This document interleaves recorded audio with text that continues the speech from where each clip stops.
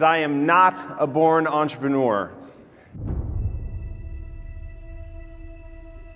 There were two promises that I made myself. Promise number one day I would be rich, and one day I would have six-pack abs. I had no idea how I was going to accomplish either of those things, but I had set my sights on making that happen. I felt really hopeless and lost. How many of you have ever felt hopeless? How many of you have ever felt lost? How many of you have felt like you could do more, you could be more, but you have no idea how to make it happen? That's exactly how I felt. And then in 1999, a movie called The Matrix came out, and it changed my life.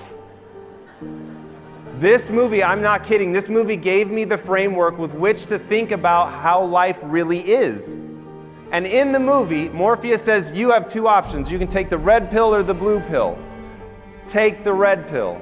Now, the red pill's only promise is that you're going to wake up in the real world. You're going to understand the way the world really works. Because there's one thing I can tell you, and this is true of everyone in this room right now, the Matrix has you. Because the Matrix is your mind. The Matrix is the web of lies that we all unintentionally pull over our own eyes, that limit our beliefs, that limit the things that we think we can be. In that moment where I had failed in my thesis film, I thought that meant I was a failure. I didn't understand that there's a difference between failing, which is temporary, and being a failure, which is permanent. And the movie The Matrix made me question everything that I believe. Now here's something from neuroscience. Think about this for a second. Your brain is encased in total darkness and silence. It never sees light.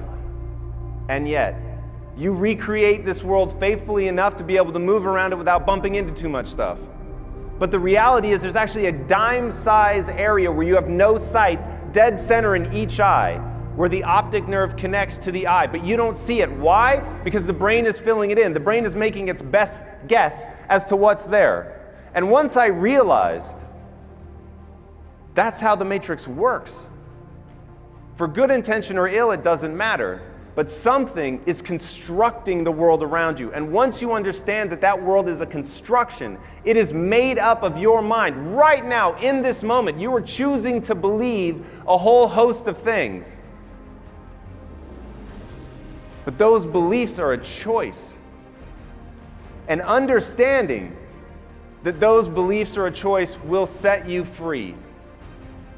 The biggest piece of advice that I have for you guys today, and if you remember nothing else that I say, remember this.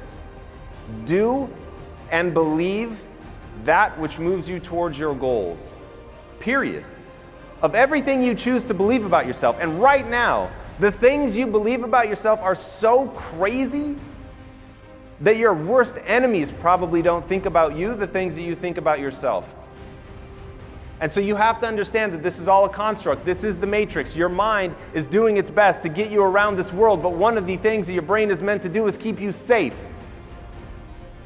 But it's meant to keep you safe from a time long ago where there was a lion likely to jump out at you. And when you're living in that kind of scenario, being in fear, being less than you could be, being afraid of being ostracized, which meant that you were going to get put out and it was almost certain death. But it's not that way anymore. And we have a chance to construct a life that we want. I got to understand that I could learn Kung Fu. Now, it's fun to ask whether we're really living in the Matrix or not. And I really don't care about the answer to that question. What I want to know is, what is my Kung Fu? And what does it mean to jack into the Matrix? And what I began to realize was that jacking into the Matrix for me was reading, and my Kung Fu was business. And in reading, I could assimilate a lot of information very, very quickly, and I realized one fundamental truth of the human condition. The brain is plastic. You can learn anything at any time. Now here's something that I choose to believe that changed my whole life, and I really hope that you guys choose to believe this because it will be the most empowering thing that you can do. I believe I can do anything I set my mind to without limitation. Now, if you believe, really think about this for a second. If you believe you can do anything you set your mind to without limitation, how you spend your time becomes a spiritual consideration. Because you could do anything. You could cure disease. You could end famine, wars, change people on a global scale. But the most important thing to think about when you think about change, everyone thinks of changing the world, no one thinks of changing themselves. Very famous quote. And you can change yourself. The brain is plastic. You can learn well into adulthood. I'm sure that you guys have heard the 10,000 hour principle, how you gain mastery and get good at something. And once you identify what your kung fu is, what that thing is that you want to get truly great at, then it's about applying yourself. It's about execution. It's about actually doing the things to get there. But here's the critical part. Man cannot remake himself without suffering, for he is both the marble and the sculptor. Every time I hear that quote, it gives me chills. Because here's the fundamental question everybody has to ask themselves. Don't worry about who you are today, right? I didn't worry about who I was when I was failing in film school. That didn't matter. What mattered was, who was I willing to become and what was the price that I was willing to pay to get there? And that is what my mom didn't understand. What she couldn't see when I was a kid, that nobody could see when I was a kid, that in me was ambition. I knew one day I would be rich and one day I would have six-pack abs. And so if I was going to make the change in my life, I had to begin to look at things as they were. I had to take the red pill. I had to live in the world not as I want it to be, but as it actually is. There are many things in this world that we all wish weren't true. There are many things that we want to be that just aren't. The game that you're playing is human psychology. There is no greater control. There is no greater control than control over oneself. Leonardo da Vinci said that. There is no greater control than control over oneself. Every day that you're working to build something, whether it's a business, whether you're trying to be the greatest parent of all time, it doesn't matter. If you fail to understand that the name of the game is changing yourself, acquiring skills, identifying the gap between who you are today and the person you want to become, and accepting that you can do anything you set your mind to without limitation. So now how you spend that time, what skills you begin to acquire in order to execute against that future vision you have of yourself, that is everything. But you're going to have to be willing to suffer along the way.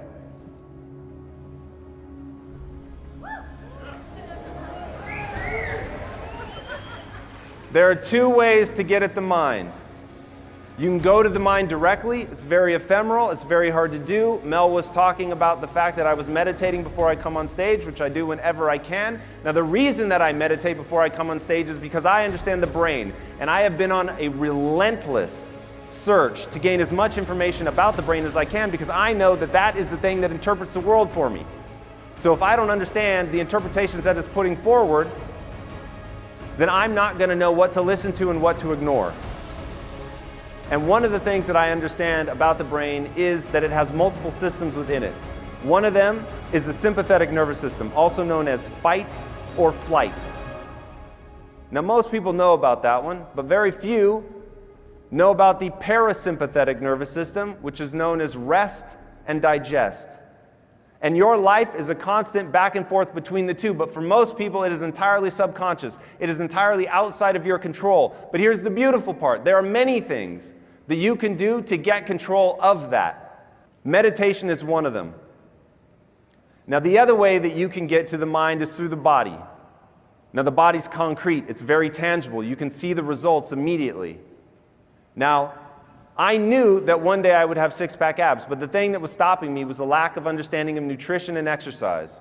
And so I identified that gap between who I was and who I wanted to become.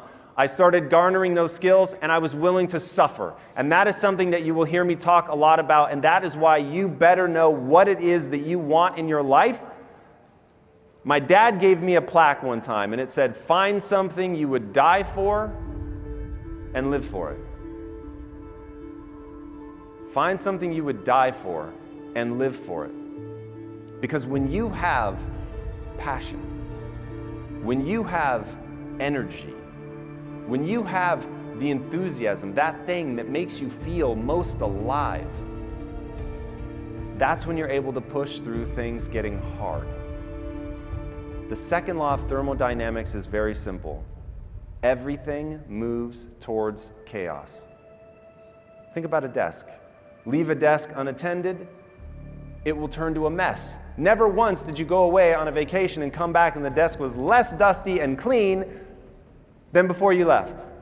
Everything moves towards chaos. You have kids, leave them alone in the living room for 10 minutes. You will see entropy and chaos in action. Nothing gets cleaner, tighter, easier. That's not the way that it works. So you have to have the energy, passion, and enthusiasm to fight through that. Now, the reason that people always repeat the adage, find your passion, find that thing that makes you feel most alive, is because that is the only thing that is going to give you the energy to keep fighting when things get hard.